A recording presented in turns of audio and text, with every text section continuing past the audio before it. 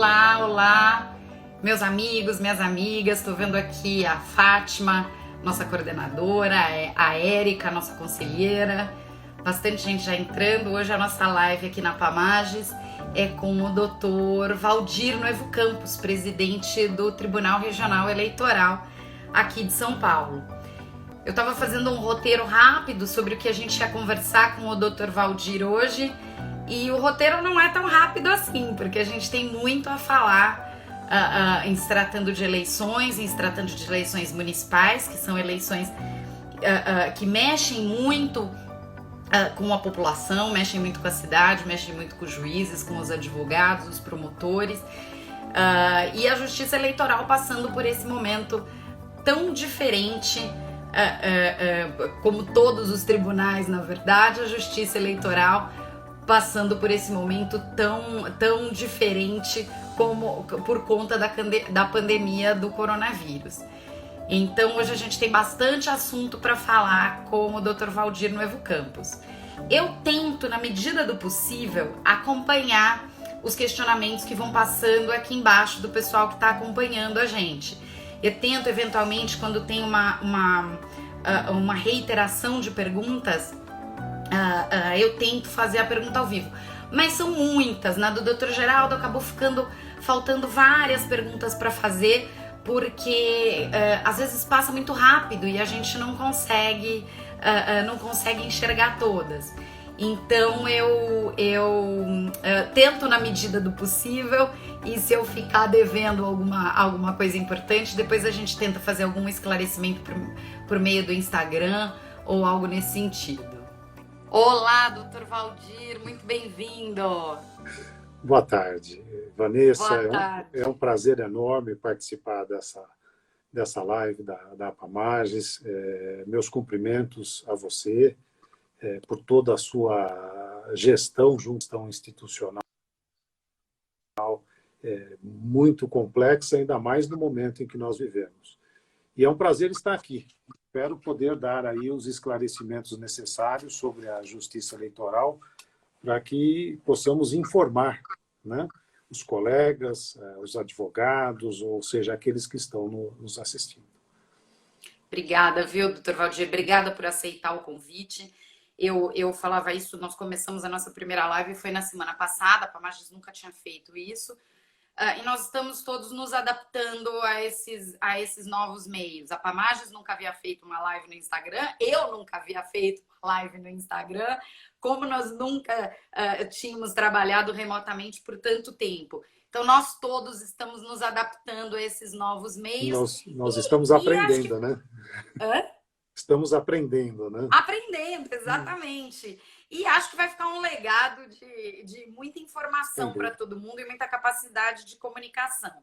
E a gente tem feito essas lives, eu acho engraçado quando as pessoas falam o tempo sobrando em casa. Tem uma coisa que a gente não está com o tempo sobrando, né? Porque o serviço continua, o tribunal continua, a Pamages continua, a gente transferiu para casa o que a gente fazia antes presencialmente e ainda tendo que se adaptar com uma nova rotina. E eu acho que essa nova rotina... essas lives são importantes. Eu acho que essas lives são importantes, primeiro, para que a gente se aproxime mais do jurisdicionado, dos associados, dos juízes. E segundo, porque as pessoas estão muito carentes de informação. Ninguém nunca viveu isso. Então, a gente pensa que levar as informações relevantes para os nossos associados, para os advogados, para as pessoas que nos acompanham, é muito importante nesse momento. Então, agradeço o senhor ter aceitado esse convite. Olha, é um prazer. E eu também acho que nós estamos num momento de muito aprendizado, e eu acho que a aproximação que os recursos tecnológicos permitem estão aproximando, inclusive, mais as equipes, né? Os times. Hoje eu me sinto mais próximo de alguns funcionários do tribunal do que no trabalho presencial, porque podemos fazer videoconferências, né? E temos aí a possibilidade de acompanhar até às vezes mais de perto algumas situações que a gente acompanhava um pouco à distância. É um aprendizado interessante e vai deixar um legado muito importante para a gestão dos tribunais, sem dúvida nenhuma. É verdade. E para o exercício da jurisdição também. Doutor Valdir, eu conversava essa semana com o doutor Geraldo e o cenário no Tribunal de Justiça é 100% remoto, 100% trabalho à distância. Eu queria saber como é que é o cenário hoje no TRE. Existe ainda serviço presencial sendo prestado nesse momento ou o TRE está totalmente funcionando de forma remota? Eu acho que tivemos que atender às demandas da pandemia. O isolamento ele é necessário para derrubarmos aí a curva de infecção né, do vírus. E estamos também, tal como o Tribunal de Justiça, como os demais tribunais, trabalhando 100% remotamente. Nós não temos mais nenhum tipo de atendimento presencial. E tem funcionado muito bem. Hoje, por exemplo, nós fizemos a nossa 11ª sessão remota. Temos feito com sustentações orais, ou seja, e pelo que eu tenho visto, como elas estão sendo transmitidas ao vivo pelo YouTube, pelo que eu tenho visto, aumentou significativamente a assistência. Nós nos aproximamos da sociedade através desse recurso que eu pretendo deixar definitivo. Nós temos uma quantidade razoável de pessoas que se interessam pela sessão, assistem à sessão, sei lá, advogados, políticos, né? Pessoas interessadas no direito eleitoral têm participado. Então, nós estamos realmente trabalhando de forma remota. Agora, é evidente que não nos processos físicos, né? Porque os processos físicos demandam uma atividade que é incompatível com o isolamento. E os processos digitais de crimes eleitorais e crimes conexos, esses continuam tramitando perante os juízes eleitorais? Continuam. Na esfera jurisdicional, existe uma suspensão de prazo, mas as investigações continuam, oferecimento de denúncia continua, ou seja, só aquelas situações em que eu demande uma intimação e o fluxo de um prazo, o que estará suspenso, mas continua tudo normalmente, né? Os atos de investigação continuam sendo praticados, as solicitações ao juiz eleitoral competente continuam sendo encaminhadas, nada disso foi afetado pela suspensão. O que pode ser feito, está sendo feito. O senhor estava falando que os prazos, o que demanda o prosseguimento de prazos eleitorais, de cumprimento de prazos eleitorais, estaria suspenso. Mas, segundo a resolução 314 do CNJ, os prazos na Justiça voltariam a tramitar, a fluir agora a partir de maio. O mesmo ocorrerá na Justiça Eleitoral? Sem dúvida. Nós estamos dando andamento a tudo aquilo em que há demanda, né? E, apesar da suspensão dos prazos, nós estamos dando andamento, desde que seja um processo eletrônico. E, a partir do dia 6 de maio, os prazos voltarão a fluir normalmente, mas só nos processos eletrônicos. Processos físicos, ainda de forma indeterminada, os prazos continuarão suspensos, como a flexibilização da volta ao trabalho presencial. E se for necessária a realização de audiência por meio de plataforma digital, isso ocorrerá na Justiça Eleitoral? É perfeitamente possível. É perfeitamente possível, desde que no local tenhamos os recursos necessários para essa realização. O que eu acho que tem sido feito, porque nós temos a estrutura do processo judicial eletrônico, basicamente é a mesma estrutura.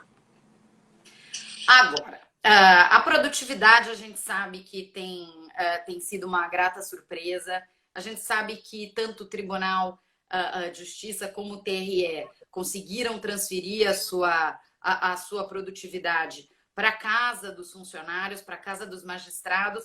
Mas a pergunta que todo mundo se faz: vai ser possível realizar eleições nesse ano, doutor Valdir? As eleições municipais, porque as eleições municipais mexem com todo mundo de forma muito relevante, de forma muito direta, com os juízes, com os promotores, com os advogados, os próprios candidatos, a campanha, os mesários, o cartório. E todo mundo fica, como é que a gente vai fazer uma eleição estando em casa? Pois é, essa é uma avaliação que o Tribunal Superior Eleitoral vai ter que fazer. Nós temos alguns prazos, né? Por exemplo, 6 de maio agora termina o prazo para alistamentos e transferências. Existe um aplicativo que está disponível no site do TRE, que chama-se Título Net, em que as pessoas podem se valer dele. basta que tenha o comprovante, né, de endereço, um documento com foto, e vão ter que fazer uma selfie segurando o documento que mandaram digitalizar. Então, existe esse caminho. Aí fecha o cadastro. E nós temos depois outras etapas do processo que são importantes. Recentemente, numa entrevista também através de uma live, né, o ministro Barroso, que assume agora em meados de maio a presidência do Tribunal Superior Eleitoral, ele comentou que ele está aguardando o desenvolvimento da pandemia, né, o desenvolvimento da necessidade do isolamento. Ele considera a possibilidade do adiamento, mas, por enquanto, nós estamos aguardando. O mês de junho vai ser um mês crucial para a Justiça Eleitoral, como ele colocou, para que saibamos se é possível ou não preparar aquilo que for necessário para as eleições.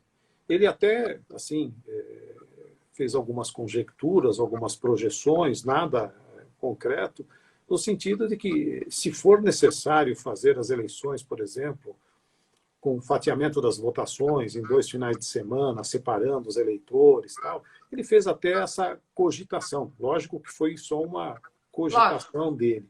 Mas eu tenho certeza que o Tribunal Superior Eleitoral só vai realizar as eleições se for possível cumprir todas as etapas com tranquilidade, que nós temos aí a preparação das urnas, a preparação dos mesários, a convocação dos mesários e a preparação, né, na sequência.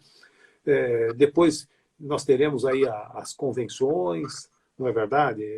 E esse calendário, por enquanto, está mantido, de convocação de mesários, isso por enquanto está mantido, porque muita coisa é possível fazer remotamente. Os funcionários dos cartórios eleitorais estão trabalhando remotamente, têm acesso ao cadastro e alguns passos eles conseguem fazer remotamente. O problema é que nós temos que fazer a manutenção das urnas, né? Verificar se as urnas estão em condições de serem trabalhadas. Nós temos algumas urnas antigas que não poderão ser utilizadas. Então, nós temos algumas providências de ordem material que precisarão ser realizadas. Então, é um cenário de indefinição. Então, ficamos no aguardo e lógico, o nosso norte é o Tribunal Superior Eleitoral. Vamos ficar sempre no aguardo. Muita gente não imagina, mas para a realização de uma eleição em outubro, desde o início do ano, a Justiça Eleitoral cumpre prazos, adota providências, faz a revisão das urnas, convoca mesários e faz cursos, imprime material. Esse ano nós, inclusive, estávamos envolvidos, lógico, nós temos até licitações para compra, né, de material necessário para, né, tudo em curso já, remotamente, nós estamos conseguindo levar muita coisa à frente. Mas tem algumas providências que são materiais e nós não temos como fazer remotamente. Mas é bom lembrar, já que tocamos nessa questão, né, da votação, é bom lembrar que o Tribunal Superior Eleitoral, nós fizemos várias revisões o ano passado, esse ano, e quem não compareceu nas revisões para atualizar seu cadastro e fazer a coleta da biometria, teve os seus títulos cancelados, os seus alistamentos cancelados. Foi, no estado de São Paulo, da ordem mais ou menos de 2.300.000. O número absoluto parece um pouco exagerado, mas o ano passado eu, como corregedor, era o relator natural dessas revisões, e atualmente é o doutor Galizia, né, que é o nosso corregedor, vice-presidente e corregedor, desembargador Paulo Galizia. E praticamente, quase que 100% das situações, mas um número muito próximo de 100%, os cancelamentos, apesar desse número total muito grande, os cancelamentos não atingiram a abstenção do pleito anterior. O que significa que, em princípio, elas atenderam à movimentação normal dos eleitores. Mas era um contingente grande, e muita gente teve o título cancelado que, por algum motivo, não conseguiu ir ao cartório, não conseguiu agendar. Não que nós não tivéssemos disponibilidade, porque nossos kits ficaram ociosos por muito tempo, né? Um tempo até exagerado, nós poderíamos ter atendido um número maior de pessoas. Mas as pessoas, por motivos pessoais, às vezes não tiveram condições de fazer essa atualização do cadastro e a coleta de biometria. Isso ia deixar esse contingente fora. E o Tribunal Superior Eleitoral, ele não cancelou o cancelamento, desculpe a redundância, ele suspendeu os cancelamentos para que esse contingente possa votar, né? E após as eleições, esses cancelamentos serão restaurados. E aí os eleitores terão que ir ao cartório e fazer a sua né, atualização do seu cadastro e fazer aí a coleta da biometria. A coleta da biometria é importante, é um passo importantíssimo para que a gente possa aí aumentar a legitimidade do processo eleitoral. Essa foi uma pergunta que, inclusive, me pediram para fazer para o senhor hoje, sobre a suspensão dos cancelamentos. Isso. Porque os cartórios trabalharam. Eu já fui juiz eleitoral num passado recente, e ao ver o quanto os cartórios eleitorais trabalharam para colocar essa biometria em dia, chamaram os eleitores, fizeram atendimento. O trabalho foi maravilhoso. Abriram nos finais de semana, fizeram efetivamente um trabalho sobre-humano para atender a biometria. Foi um esforço plural, contamos com a colaboração de várias entidades públicas e privadas da imprensa para divulgar. Né? Então, foi um trabalho realmente digno de nota. E aí falaram assim, poxa, mas o prazo terminou antes de começar a pandemia. Na verdade, as pessoas não precisaram, não foi a pandemia que impediu a regularização da biometria. Exatamente. Mas então essa é uma informação importante. Esses cancelamentos serão mantidos após a realização das eleições. Exatamente. Foi como eu falei, a revisão ela tem um prazo, né? A revisão do eleitorado. A revisão do eleitorado ela normalmente é utilizada para verificar eventuais fraudes, né? Algumas transferências irregulares de domicílio eleitoral. Mas no caso da biometria não foi isso. As revisões, praticamente 100% delas, foram feitas para atualização de cadastro e coleta de biometria. E alguns eleitores, infelizmente, não tiveram a oportunidade de se apresentar e ficariam de fora. Então, pensando na legitimidade do pleito, o Tribunal Superior Eleitoral suspendeu esses cancelamentos para que esses eleitores possam votar, porque nós não temos mais como fazer a biometria a tempo, não é verdade? O contingente de pessoas é muito grande a ser atendido. Eu ia fazer uma pergunta e eu acho que o senhor parcialmente respondeu. Tanto o senhor agora como o ministro Barroso já sinalizaram no sentido de que a eleição seria mantida esse ano. E nós imaginamos que deve ser muito complicado mesmo adiar, postergar uma eleição municipal dessa magnitude no Brasil. Nós não sabemos como estará a epidemia em outubro. Nós esperamos, sinceramente, que ela já esteja controlada, mas nós não sabemos.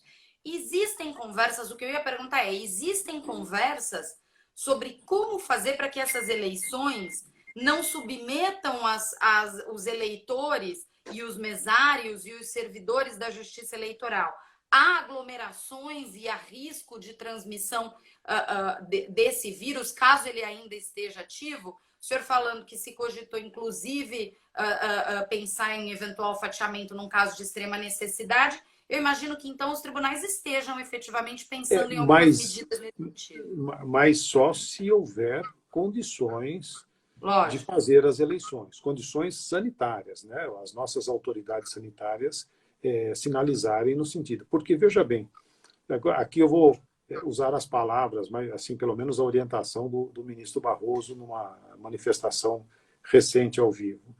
Em primeiro lugar, está a saúde pública, sem dúvida nenhuma. Em segundo lugar, vem aí a manutenção da nossa democracia, da nossa república.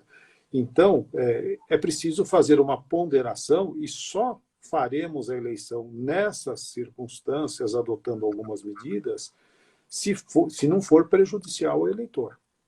Então, me parece que o Tribunal Superior Eleitoral está aguardando a evolução da pandemia, a evolução das providências, né, os efeitos que, eventualmente, efeitos positivos que o isolamento possa produzir, para tomar uma decisão a respeito desse assunto. E mais, o ministro Barroso, pelo menos ele manifestou esse entendimento no sentido de que esse adiamento só seria possível por emenda constitucional. Né? Ou seja, é uma decisão que tem que ter a participação aí dos três poderes. Né? E quem vai propor é quem tem legitimidade para isso.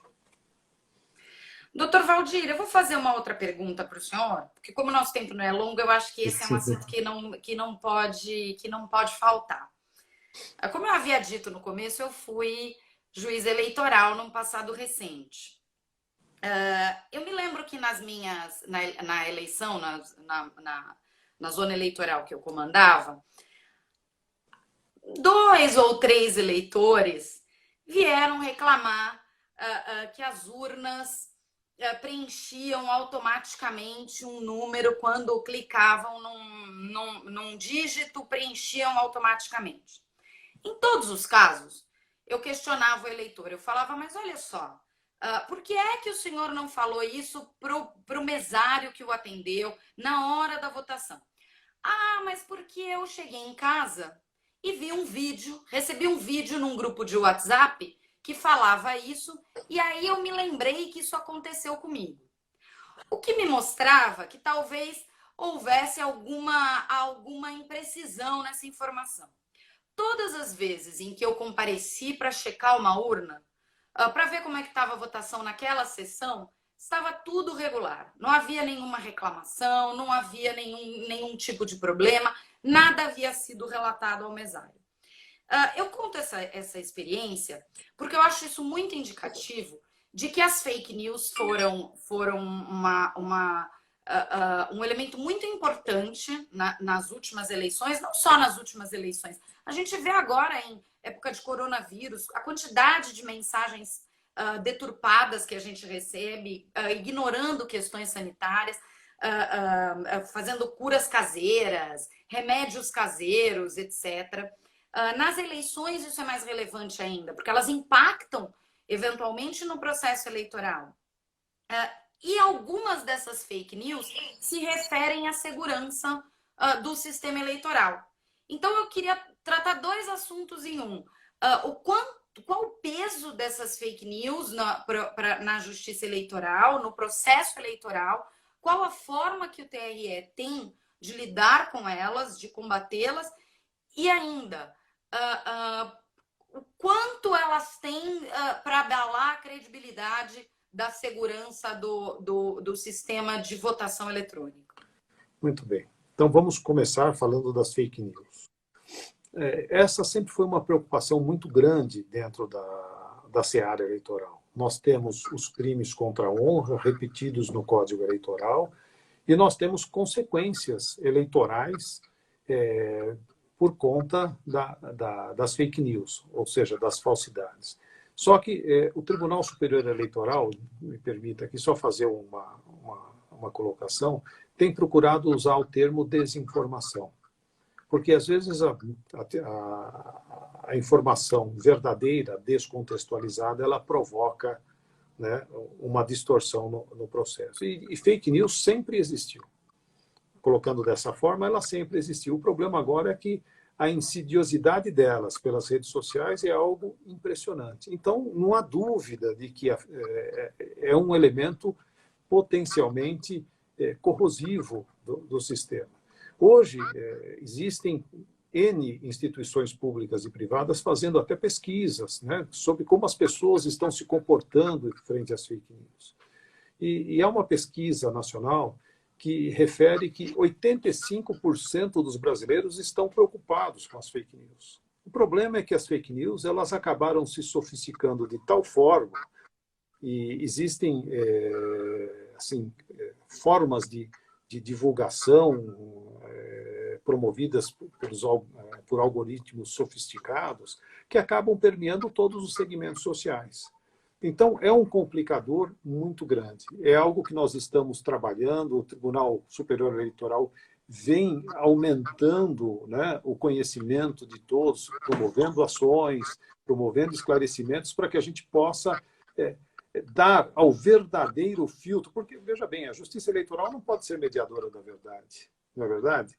Os candidatos, quem é o mediador da verdade é o eleitor. Então, todas as ações hoje são no sentido de esclarecer o eleitor, para que ele possa ter um voto não distorcido, né? Um voto livre e esclarecido. Então, o peso é grande, e agora com as redes sociais ficou maior. E como nós vimos na eleição passada, essa desinformação, além de causar danos, né, na formação da vontade do eleitor, ela também acabou atingindo o sistema eletrônico de votação.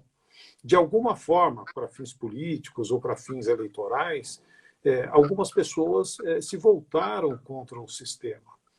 Eu costumo dizer o seguinte: se nós tivermos um olhar retrospectivo a partir de dados empíricos para o pleito anterior, nós já temos aí sinais evidentes de confiabilidade do sistema.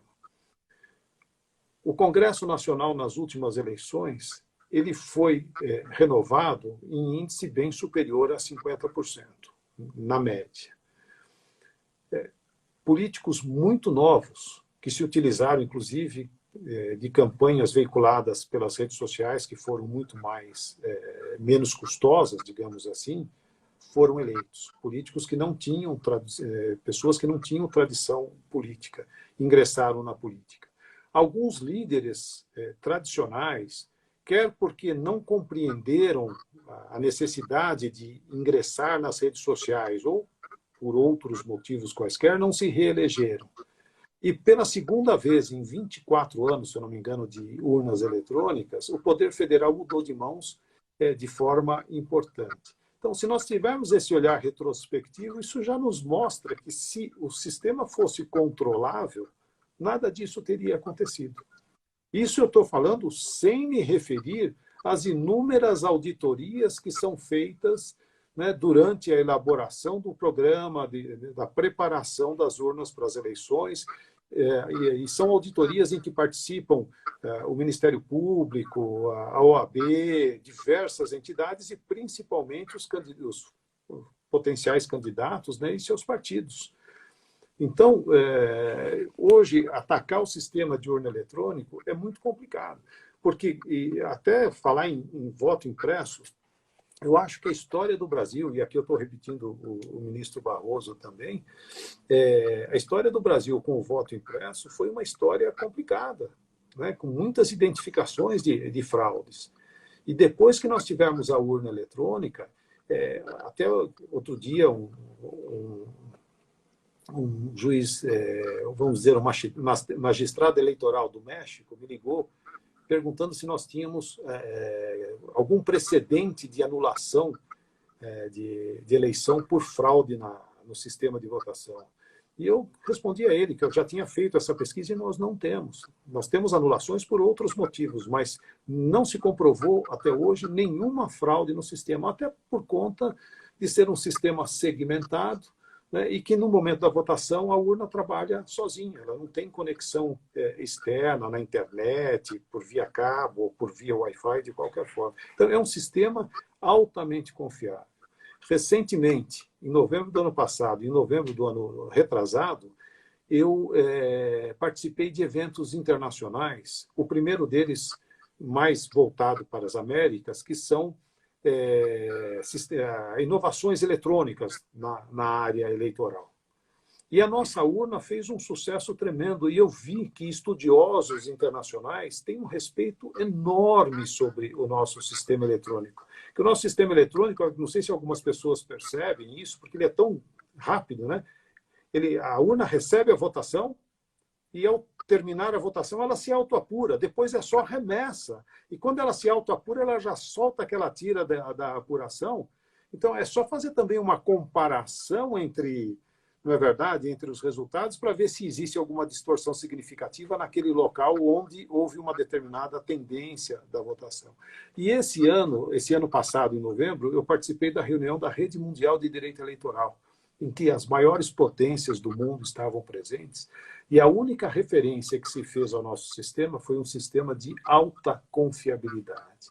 E muita gente quer o nosso sistema. Então, o que ocorreu nas últimas eleições foram algumas, pouquíssimas, falhas de funcionamento da urna. Mas, como você colocou agora há pouco, em todos esses casos, quando se trocou a urna e se deu sequência à votação, os problemas desapareceram e a votação, né, eram pouquíssimos casos perto do contexto geral, absolutamente insuficiente para comprometer a legitimidade do pleito, não é verdade? Absolutamente. E, na verdade, na maioria das vezes, o problema que era relatado não se confirmava quando se chegava no local. A urna estava funcionando regularmente. O senhor falou agora há pouco de renovação. O deputado Alex de Madureira, ele está nos acompanhando aqui da Assembleia Legislativa de São Paulo. Ele está dando como exemplo a nossa LESP, aqui em São Paulo, a renovação foi de 52%, o que confirma essa tendência que também houve no Congresso Nacional. Exatamente. E nós temos aí, e eu vou aproveitar o fato de nós estarmos ao vivo, toda eleição nós temos uma auditoria que se chama, ela é popularmente conhecida como votação paralela. Ou seja, na véspera da eleição são sorteadas 5 urnas pelo Estado, muitas vezes o Estado, sempre o Estado de São Paulo provê condições para que a gente possa ir buscar essas urnas e trazer para o Tribunal Eleitoral. E essas urnas são utilizadas para fazer uma votação simulada, com os candidatos reais, tal, só que nós trazemos normalmente adolescentes, ainda pré-adolescentes, né, para que não tenham ainda idade para votar, para que eles façam a votação em papel. Tudo isso é feito no dia anterior. Esses votos que são calculados pela média de comparecimento em cada urna, né, eles preenchem o número tal de votos, são guardados, e no dia da eleição, essas urnas, isso daí é feito com a participação do Ministério Público, com a OAB, com os candidatos, com a imprensa, com quem quiser participar. Então, esses votos são guardados em urnas lacradas. No dia da votação, as urnas eletrônicas são ligadas como se fosse fazer uma votação real, e funcionários treinados com gravação de som, de imagem e som, eles pegam voto por voto no papel e digitam na urna. Isso até o final do dia, de uma maneira tranquila, sem pressa, para simular uma votação normal das 8 até as 17 horas. Eu ainda era suplente em 2016 e presidi essa apuração. Na eleição passada, quem presidiu foi o desembargador Silmar Fernandes. O ano passado não tivemos nenhuma discrepância. Na minha, nós tivemos uma discrepância. E aí nós fomos ver o que tinha acontecido. E resgatamos a filmagem, né, com som. E, lógico, a funcionária ficou extremamente constrangida, né? Porque nós constatamos porque ela era obrigada a ler. Ela lia o número, leu certinho, mostrou para a câmera o voto, para mostrar qual era o número, e digitou errado. Né? Ou seja, isso sem contar as inúmeras outras auditorias, inclusive o Tribunal Superior Eleitoral abriu as urnas até para que especialistas pudessem tentar entrar nas urnas, e isso não aconteceu. Então, desculpe me alongar muito, né? Mas eu acho que eu já estou há muitos anos, considerando a minha primeira passagem no TRE, no cargo de juiz de direito, e agora, 4 anos como suplente, entrando no terceiro como titular. Eu, no passado, já tive representações, já tivemos perícias, né? Já tivemos... nunca se verificou, nunca se constatou. Não estou dizendo que ela seja imune, mas o sistema ele é tão seguro que até hoje ele não propiciou nenhum tipo de fraude. Então, exatamente. E quando o resultado sofreu alguma dúvida, a falha foi humana, né? Que muito mais provável. Foi o erro da digitação. Muitas vezes acontece isso, né? A pessoa comete o equívoco na hora de teclar. Quantas vezes a gente não faz isso com aparelhos eletrônicos? Eu costumo dizer que eu nasci na época da Olivetti. Quando eu entrei na magistratura em 1983, eu ganhei do meu pai uma máquina Olivetti, que eu usei por 20 minutos. Na primeira noite que eu estava no hotel hospedado lá, onde eu comecei, que foi em Presidente Prudente, né?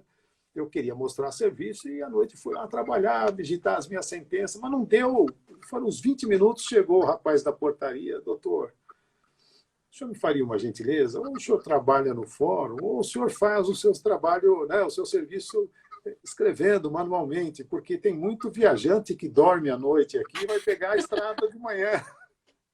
Ou seja, eu usei a máquina 20 minutos. A internet, para mim, foi um incidente na carreira, foi uma revolução para todos nós, não é verdade? E eu acho que até hoje nós estamos aprendendo a trabalhar com os recursos tecnológicos. E nesse momento de pandemia, mais do que nunca, né? Nós estamos aprendendo a usar esses recursos tecnológicos e esse legado vai ficar. Tenho certeza que nós vamos continuar com as nossas sessões remotas, eu vou continuar com as minhas videoconferências, isso daí enxuga um custo monumental para o Estado, não é verdade? Nós temos aí, eu posso até sair um pouquinho da área eleitoral, mas na área criminal, eu pertenço à seção criminal do Tribunal de Justiça, uma audiência com teleconferência com o réu preso pode, né, enxugar um custo importante para o Estado. Fora a segurança, né? A Exato, né? Segurança, custo, né? de celeridade, tudo, né? Tudo. Exatamente. Doutor Valdir, a gente não tem mais muito tempo. Eu estou caminhando para encerrar. Passa rápido, né? Passou rápido. Eu queria saber se a senhora tem alguma previsão de quando voltaremos a nos ver presencialmente, pelo menos no âmbito da justiça eleitoral. Olha, nós acabamos de editar a nossa resolução a esse respeito, né? E seguimos a linha do CNJ e do TSE. O contato físico ele ficou por prazo indeterminado na linha do TSE. O CNJ fixou uma data. O CNJ não, o governo do nosso estado fixou uma data, né, que foi 10 de maio. Não sei se até lá nós teremos condições de fazer uma flexibilização. Já estamos pensando até como fazer. Um revezamento de funcionários, equipamentos para ter contato com o público, talvez um agendamento. Estamos aqui cogitando as possibilidades para evitar, de qualquer forma, aglomeração, porque mesmo que haja uma flexibilização, creio que em maio e junho ainda teremos problema de transmissão do vírus. Então, acho que para processos eletrônicos, a partir agora de 4 de maio, os prazos voltam, né? Agora, para os processos físicos, infelizmente, seria, né, uma adivinhação, né? O exercício seria algo que sem base, né, científica ou sem base concreta. Estamos ainda diante de uma indefinição muito grande. O próprio Tribunal de Justiça também, eu acho que está caminhando nesse sentido, que é o caminho do CNJ. A Pamages também, doutor Valdir. Lá na Pamages a gente pensou, a gente está indo na mesma linha do governo do estado, do Tribunal de Justiça, está preservando a saúde dos nossos funcionários, dos nossos associados, das pessoas que frequentam. Transferimos todos o nosso serviço remoto para as residências. Todos os nossos gerentes estão atendendo, a diretoria se reúne virtualmente, os nossos associados estão sendo atendidos. E agora, cada vez mais, utilizando essa forma de comunicação que vai estar absolutamente à disposição do TRE, o que o senhor precisar para comunicar, para esclarecer, para conversar com os jurisdicionados, com os associados, com os advogados, com os juízes. O que o senhor precisar, as redes sociais da Pamages estão à sua disposição. Olha, muito obrigado. Eu acho que é um serviço público importante, né? É de uma utilidade pública essencial. E também, no TRE, se for necessário algum esclarecimento, estou à disposição a hora que for para estar presente aqui ou de outra forma para prestar os esclarecimentos necessários. Eu acho que o eleitor precisa ser bem informado, principalmente nessa hora. Vamos evitar as fake news. Obrigada, doutor Valdir. Olha, um grande abraço a todos, viu? Eu encerro a nossa live e agradeço os associados que aqui estiveram, os magistrados, os advogados, os servidores, o público em geral. Agradeço as mensagens, a colaboração com o debate, agradeço a assistência e até semana que vem. Um abraço a todos. Até logo.